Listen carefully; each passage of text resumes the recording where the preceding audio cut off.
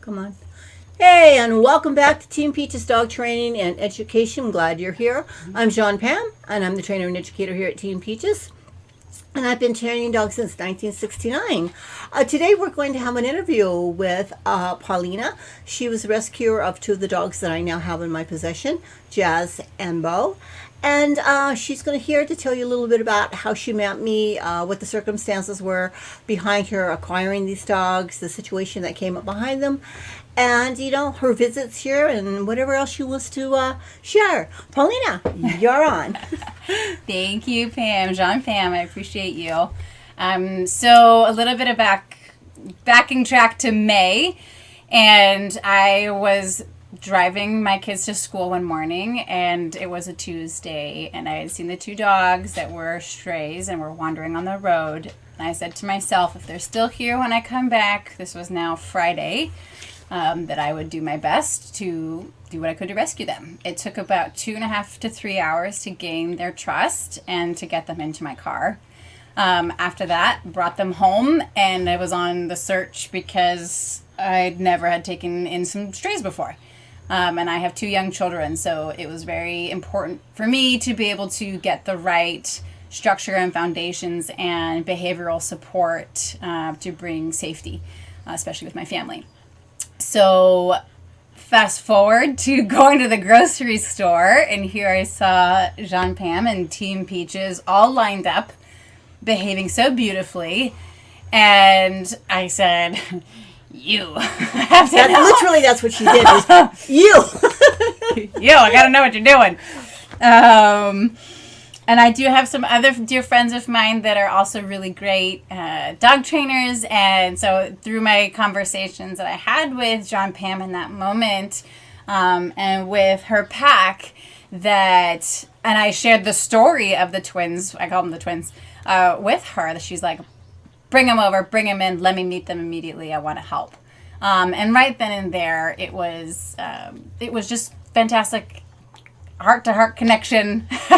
She came over, and immediately, I had them in their outdoor crate, and they were trying as hard as they could to come and grab at her through the... As a matter of fact, they did nip me, yeah. Yeah, they did nip.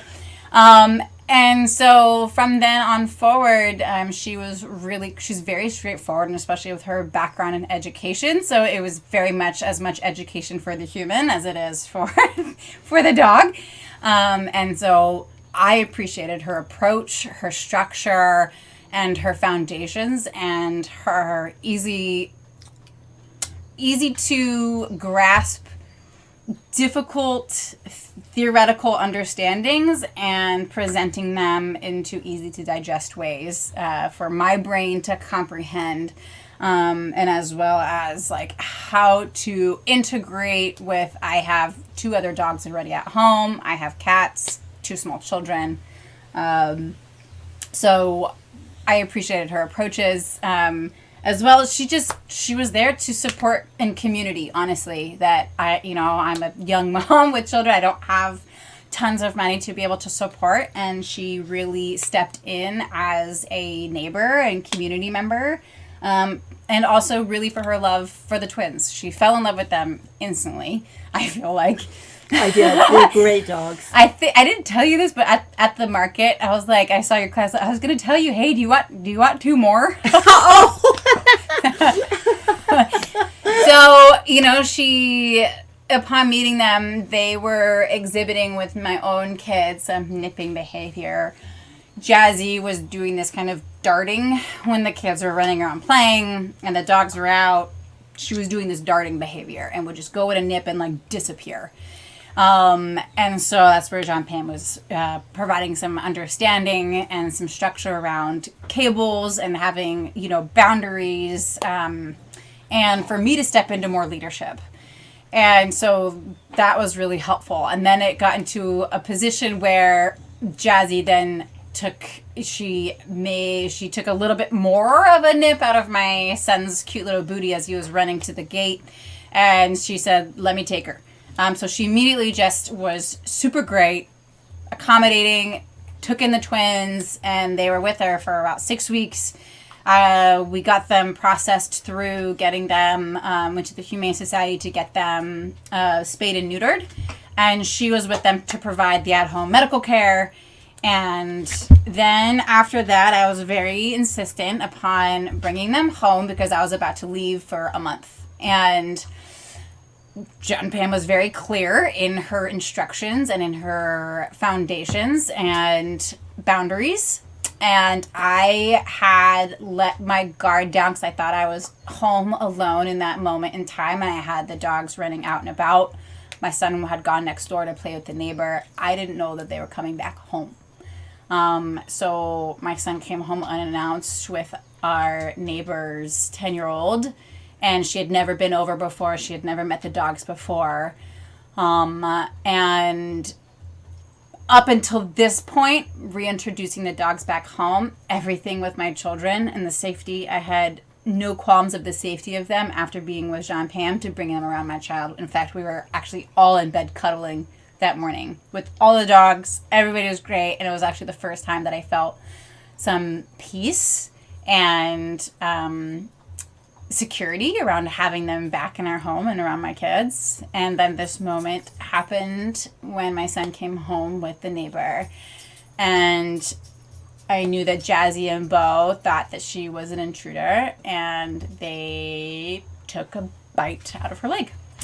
In that moment, it was an emergency situation. I immediately called Jean Pam. She was my first phone call, panicking, and she said, "Take a deep breath. It's okay.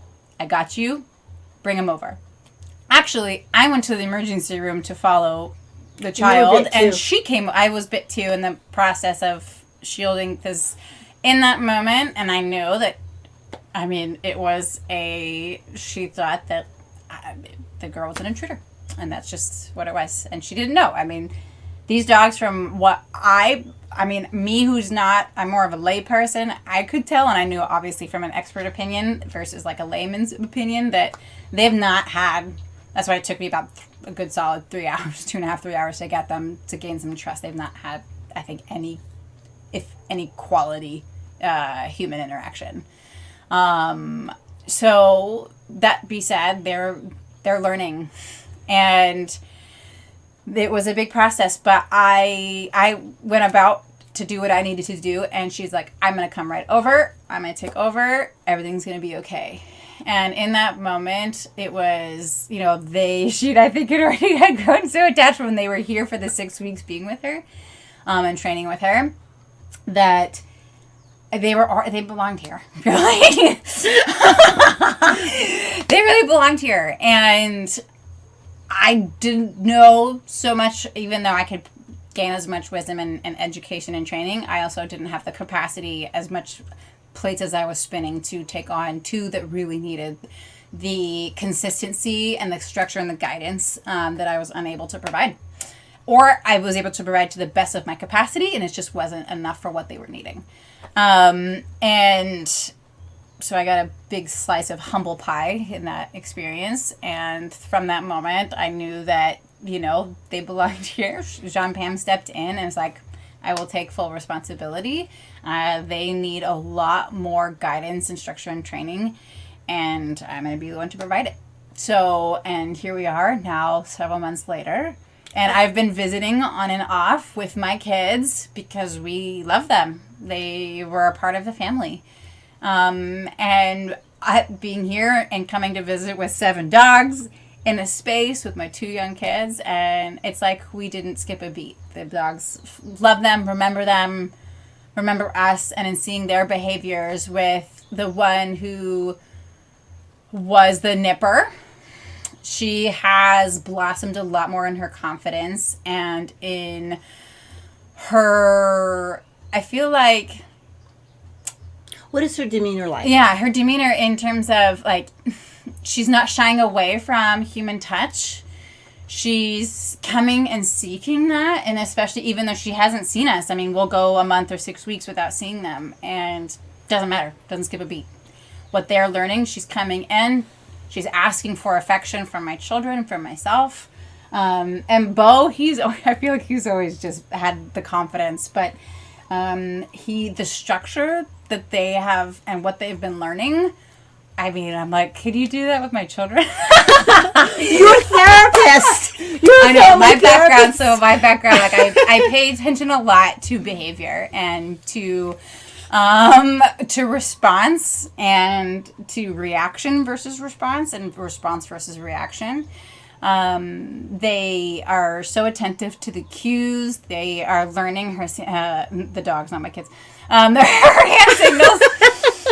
They are understanding hand signals. They're understanding her simple cues and directions. And so that has showing her dedication and commitment and consistency in their care, and as well as the love that she has for the overall well-being of each individual personality of each dog, but the comprehensive whole of the unit. So I feel like Jean Pam has a really great skill set at honing in on what each individual needs to know and to learn, and then to be able to incorporate it to bring all of the pieces together comprehensively.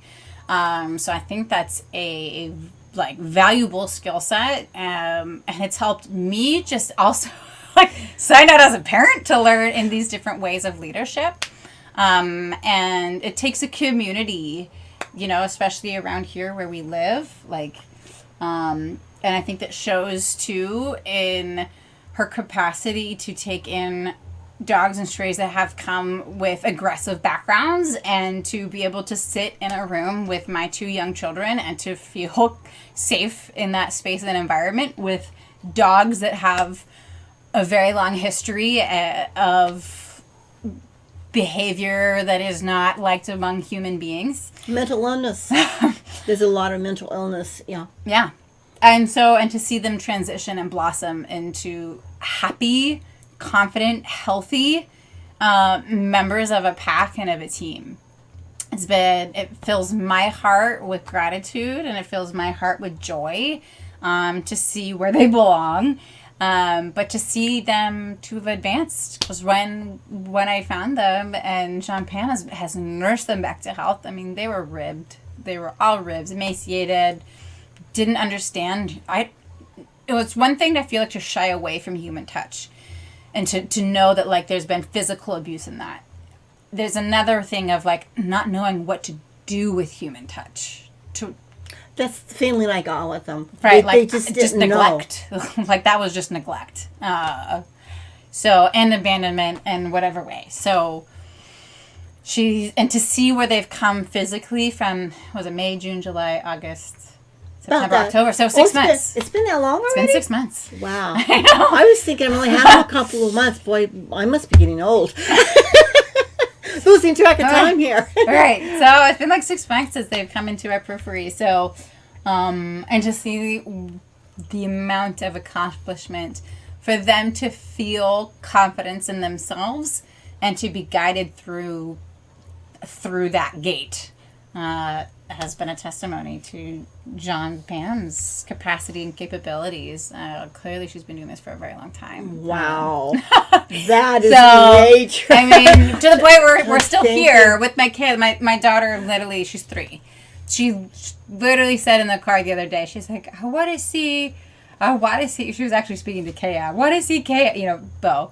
I want to see Beau. And that's when I called her. She's like, come see, and the dogs remember us. They don't skip a beat either, and they love you. Oh, they remember. Dogs are such amazing creatures.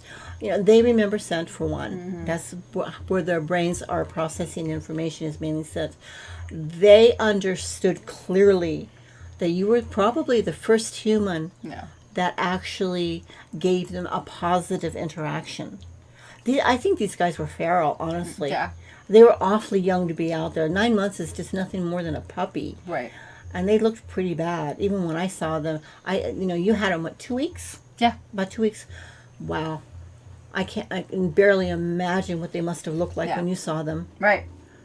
Yeah, to where they are now, they're full, they're healthy, their coats are shining. And I mean, too, and just learning about dog nutrition, and dog behavior just from a different perspective other than just a vet. That's like the only interaction that I usually have is with a vet, So to be able to have just more time and some more tools and understanding foundational skill sets that like you don't learn that at the vet, You don't.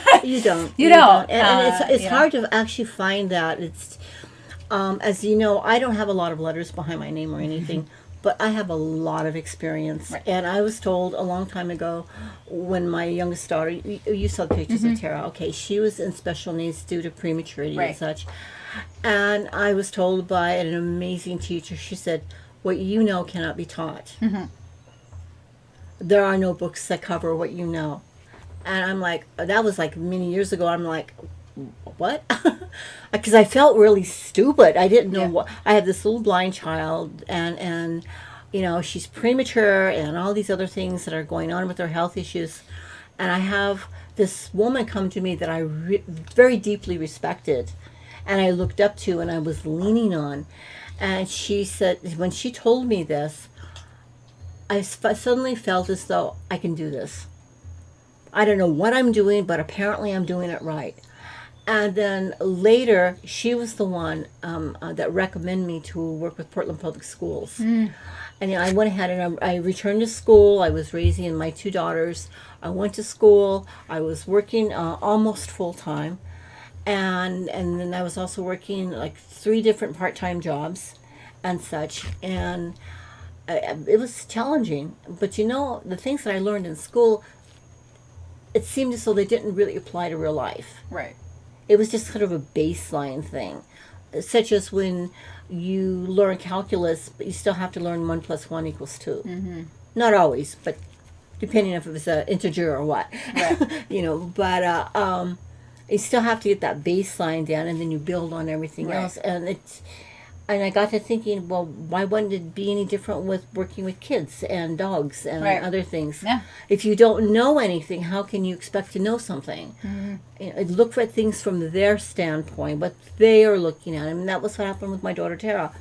I mean, I was given all this homework and stuff to do, and she just wasn't, she would just be frustrated, and she wouldn't do anything. She'd freeze up. Very similar to sometimes what I see dogs do. And then I got to thinking, I was like, wait a minute. We've got to go deeper than this. I've got to get into her head. She didn't have the verbal skills at the time, hence the same with the dogs. And then I finally figured out, well, how is she experiencing life? How is she experiencing this? And I kind of put the same principles forth when I'm working with the dogs. Right. They're not able to speak verbally because that's what people are thinking of. Talk to me. But they are talking. They're just not speaking human. Right. All the cues, all the signals, all the minute. And it takes attunement, observation, I feel like, and your skill set to be able to pull all of those pieces together to paint a picture and a story that can then guide and support and how to work with each person, each animal individually. Well, there are times when I fall on my face big time. Well, you've been learning trial by error, Although after all these and then years, innate wisdom. After all of these years, I usually get it right. Although sometimes I have to go out and do a few experiments. Well, this doesn't seem to be working. Let's try this other thing with this dog. Okay, and let me see how this dog is moving. Let me see what the dog is doing. Is that an ear flick I'm seeing, or is that a little tension above the eyebrow that I'm seeing? Okay, so obviously this dog is not quite understanding, or this dog just flat doesn't want to do it. Yeah. So what technique do I use? What will work best? For some dogs, like with Peaches, all I have to do is look at her and deepen my voice slightly. But some of the other dogs are like, what? And so everything I do, I try very, very hard to tailor to each individual animal. I mean, just like teaching children. Right. When you put a bunch of kids in a classroom and you have a cookie cutter approach, somebody's going to be left out. It's not. And I don't like that. Yeah. Everybody should benefit. I watch your 2 children, 2 vastly different personalities. But they're great kids. Because you as a therapist, you know these things. And everybody's an individual. So what works best with you? There's may no not blanket approach. Exactly. Right. Exactly. And it's the same way I go about working with the dogs. Guys, I have all 7 of them in here. Quiet. Honestly. And you see, there's nobody running around barking, getting crazy or anything. We have company. And everybody is still totally chill. Well, my dear, I know that you have a lot of things to do today. I appreciate you stopping by, Paulina, Yeah. and helping out with the yard out there. Yeah. Big help. Big help. I lost power a little earlier. She came over and helped rescue Yeah. me. And, you know, it's always... Because that's what we do for each other and for the animals. And, you know, as a human species that is sharing this planet with all of these other beings, that, you know, we are all connected and it's a web. Well, have you ever... There's a wonderful video on by, I believe it was River Phoenix? The video is called Earthlings. Have you seen it? I don't think so. I think you would very, very much enjoy it. Humans so much have the tendency of saying, we are the ones that live here. You know what? We live a symbiotic life. Yes. We need the animals. We need the plants. We need to take care of everything, because if we don't do that, there is no coming back from extinction. Proper coming back. Yeah, we can play with the cloning and stuff, but it's really not the animal. Yeah. The beautiful diversity within a species, you know, and I agree. you know, and I feel that we need to back off, get off of our soapboxes, get rid of our egos, our entitlement that we have. If we humbled ourselves and said, you know, I'm just like you, we just speak a little different language. Yeah. There's no difference. And when and as you probably already know, as a therapist, humans do have that primitive brain, those primitive behaviors. Although we try to cover them up and gloss over them in the form of being civilized. It's still there. Yep. And you can see it in the fact that we murder one another and the horrible ways we treat one another. I think that's the hard part about living where we live, is seeing the amount of, I mean, I think just driving here today, there was at least, I think just around the neighborhood, you know, at least 2-3 dogs, you know, so things are just, and I'm like, are they abandoned?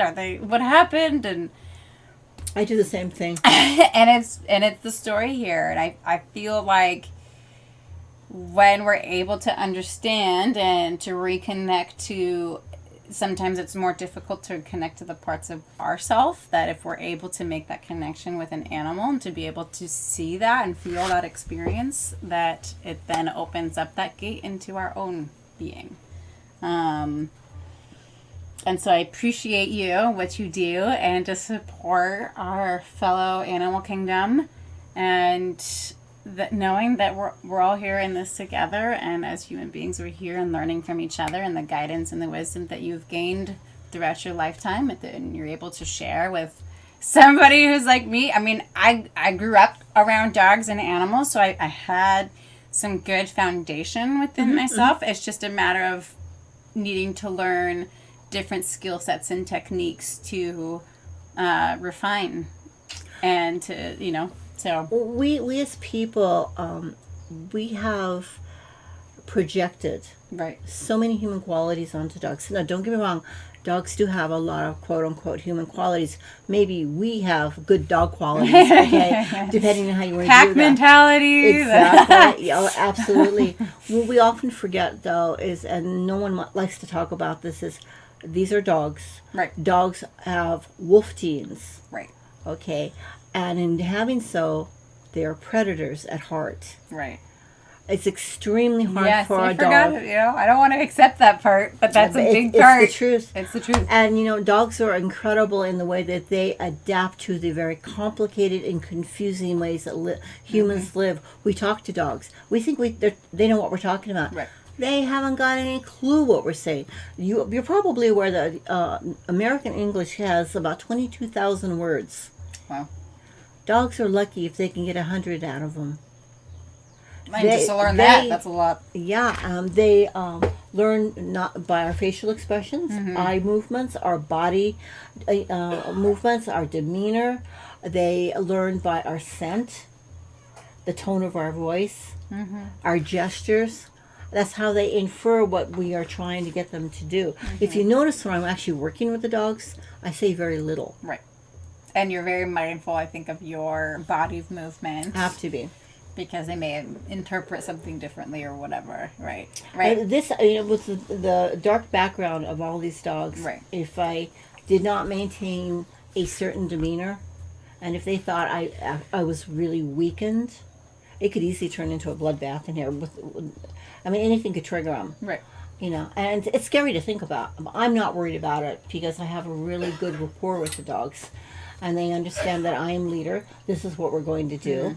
There's no discussion here. Right. Great dogs. You guys are amazing. Right. They get that very clear communication. And dogs are like that with one another. There's no guesswork. Right. Unfortunately, with humans, we always like to communicate. Our communications are always so complex and convoluted.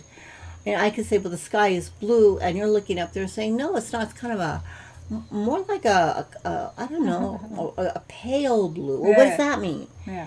Oh, okay, so you see pale blue, I see blue, somebody else over there sees sky blue. It just is too complicated. Right. Just keep it simple. Yes, no, on, off. Don't try that. Okay. Keep it simple. Unfortunately, humans are not simple.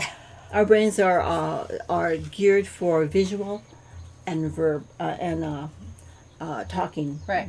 Processing language, and just like theirs is their nose is all about, and their brain is all about, between 60 and 80% of their brain is all about processing scent.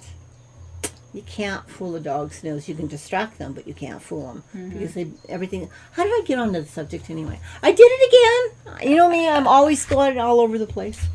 So anyway, again, Paulina, honey, I know you got to get going. Yeah. But you Thank have you. been amazing, and you mean so much to me. Thank you And for all that you're doing. well, for thank the you so twins much and for all of them. I'm so glad you- to take them in.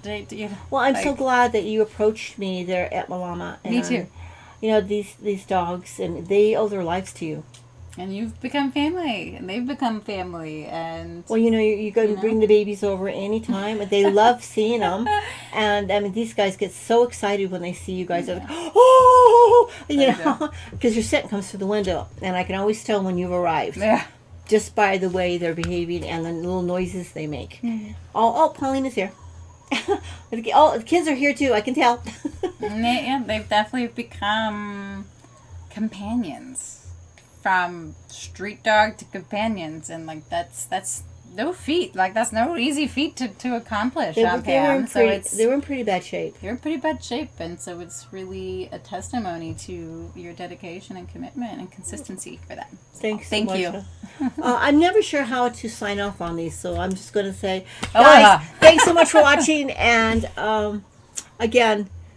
Remember, if you don't train them, you can't blame them for bad behavior. And we'll see you next time. Yeah. Thanks, guys.